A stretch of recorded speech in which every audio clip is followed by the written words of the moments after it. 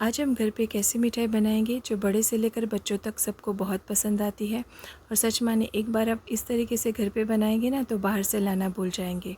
तो आज हम मिल्क केक बनाएंगे।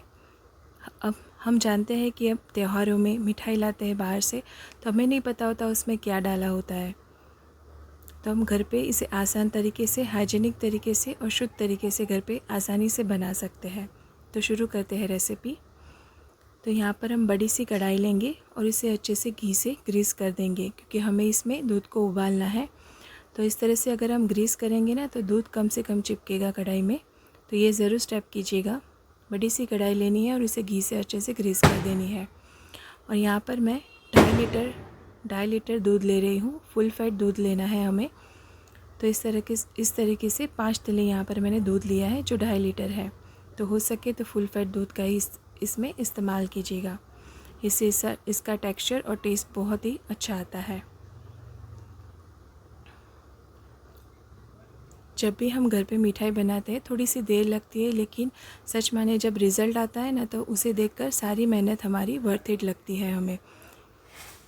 तो इस मिठाई में भी थोड़ी देर लगेगी, लेकिन सच माने रिज़ल्ट इतना परफेक्ट होगा ना। आप इस तरीके से बनाएंगे तो फर्स्ट टाइम अगर बना रहे तो भी परफेक्ट ही बनेगी। दूध को हमें उबालने के लिए रख देना है, तब तक हम मोल्ड तैयार करेंगे।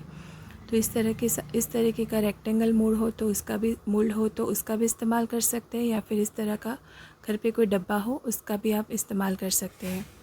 जो भी ले उसे घी से अच्छे से ग्रीस कर देना है हमें, ताकि जब भी डिमोल्ड करे तो अच्छे से डिमोल्ड हो जाए। तो इस तरह से घी से हम ग्रीस कर देंगे और इसके अंदर एक बटर पेपर रख देंगे। उस पर भी थोड़ा थोड़ा सा हम घी लगा देंगे।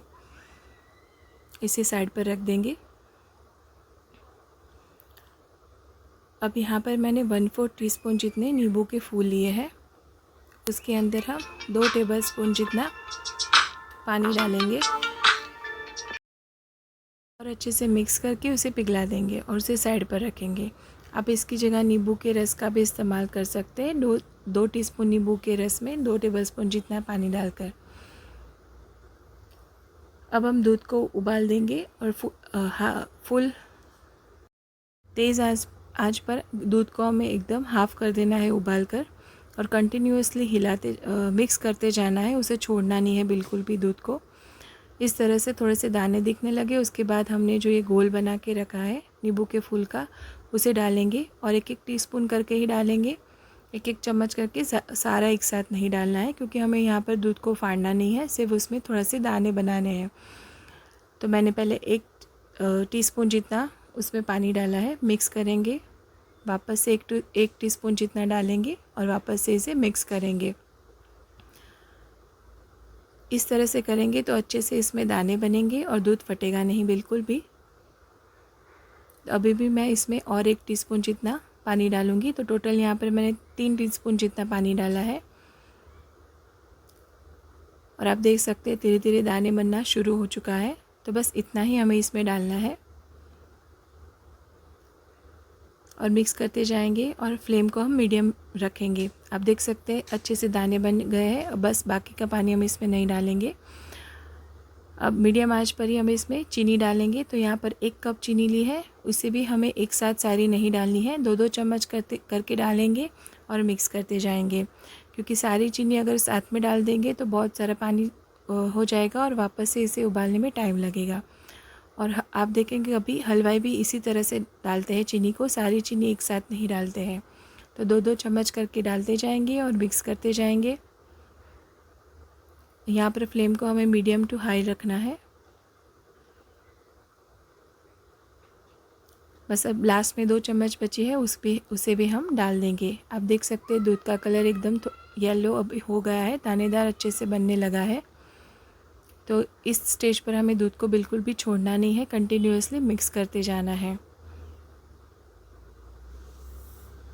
अब हम यहाँ पर घी डालेंगे, ये ऑप्शनल है, लेकिन आप देखेंगे जब भी हम ये मिठाई लाते हैं तो इसमें एक अलग से शाइन दिखती है हमें अच्छी सी। तो बस उसी के लिए यहाँ पर हम इसमें घी डालेंगे। तो घी भी हम एक साथ नहीं डालेंगे, एक एक चम्मच करके डालेंगे और मिक्स करते जाएंगे।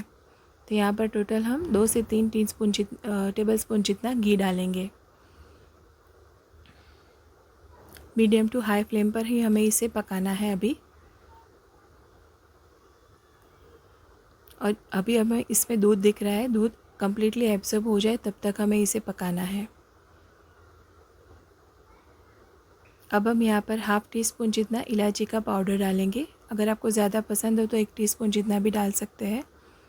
अच्छे से मिक्स करेंगे और दूध को कम्प्लीटली एब्जॉर्ब होने देंगे। थोड़ी सी देर लगती है मिठाई बनने में, लेकिन सच मानिए बहुत ही स्वादिष्ट और लाजवाब बनती है।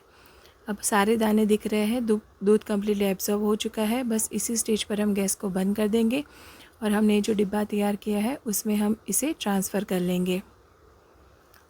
तो अच्छे से इसे डाल दीजिएगा, जो भी आप मोल्ड या फिर डब्बा लें उसमें। और डालने के बाद इसे स्पैचुला या चम्मच से अच्छे से प्रेस कर दीजिएगा। मैंने यहाँ पर वो नहीं किया था, तो इससे क्या होता है जब हम डिमोल्ड करते हैं ना तो थोड़ा सा ये बिखर जाता है निकालते समय। तो आप ये गलती मत कीजिएगा। जब भी जिस भी मोल्ड या फिर डब्बे में आप इसे डालें तो ऊपर से अच्छे से प्रेस कर दीजिएगा।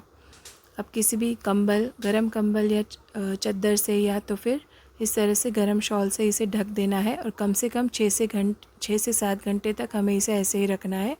अगर हो सके तो ओवरनाइट इस तरह से हमें इसे रखना है, ताकि इसकी गर्माहट से जो अंदर एकदम ब्राउनिश कलर आता है ना मिल्क केक में वो आ जाए। तो यहाँ पर मैंने शाम को बनाया था इसलिए ओवरनाइट इसे रखा था। अब हम इसे डिमोल्ड करेंगे। सच मानिए मिठाई इतनी अच्छी बनती है, स्वादिष्ट बनती है, आप एक बार बनाएंगे ना कोई बिलीव नहीं कर पाएगा कि ये घर पे बनी है। और सबसे इसका फ़ायदा ये है कि हमें पता है कि इस मिठाई में हमने क्या क्या डाला है। तो घर पे जब हम कोई भी मिठाई बनाते हैं ना तो एकदम हाइजीनिक तरीके से बनाते हैं और हमें पता होता है कि हमने इसमें क्या क्या डाला है। तो ये अच्छे से डीमोल्ड ईज़िली हो जाती है। बस अब इसमें अब अच्छे से कट लगा देंगे। अगर इस तरह से कट लगाते समय थोड़ी सी बिखर रहे मिठाई तो आप इसे थोड़ी देर के लिए फ्रीज़ में भी रख सकते हैं। उसके बाद इसमें कट लगाएंगे तो अच्छे से कट हो जाएगा। तो मैंने कहा वैसी गलती मत कीजिएगा। इसे जब भी आप किसी भी मोल्ड में डालें तो स्पैचुला से या चम्मच से अच्छे से पहले उसे प्रेस करके डब्बा बंद कर दीजिएगा। अब हम इसमें अच्छे से कट लगा देंगे। एकदम सॉफ्ट और बहुत ही लाजवाब टेस्टी मिठाई बनती है ये। अगर आप इस तरीके से बनाएंगे तो अभी बाहर से कभी भी लाने की आपको ज़रूरत नहीं होगी। आप इसे ज़रूर ट्राई कीजिएगा और मुझे कमेंट में बताइएगा कि आपसे ये मिठाई कैसे बनी। और अच्छी लगी ये रेसिपी तो प्लीज़ लाइक और शेयर ज़रूर कीजिएगा। अब मैं आपको एक पीस बताती हूँ अंदर से। देखिए इस तरह से कलर कितना अच्छा आया है इसमें। तो किसी भी गर्म कंबल से या शॉल से इसे अच्छे से ढक देना है और कम से कम 6 से 7 घंटे तक हमें इसे रखना है। अब बन चाहे पीसेस हम इसके बना लेंगे।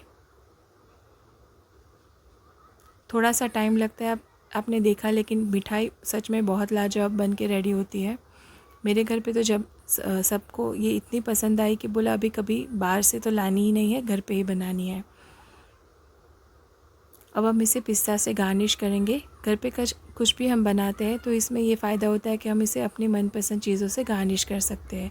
आप सिल्वर पेपर से भी इसे गार्निश कर सकते हैं या फिर काजू बादाम से भी इसे गार्निश कर सकते हैं। तो ज़रूर ट्राई कीजिएगा, बहुत ही टेस्टी बनती है ये मिठाई। Thanks for watching.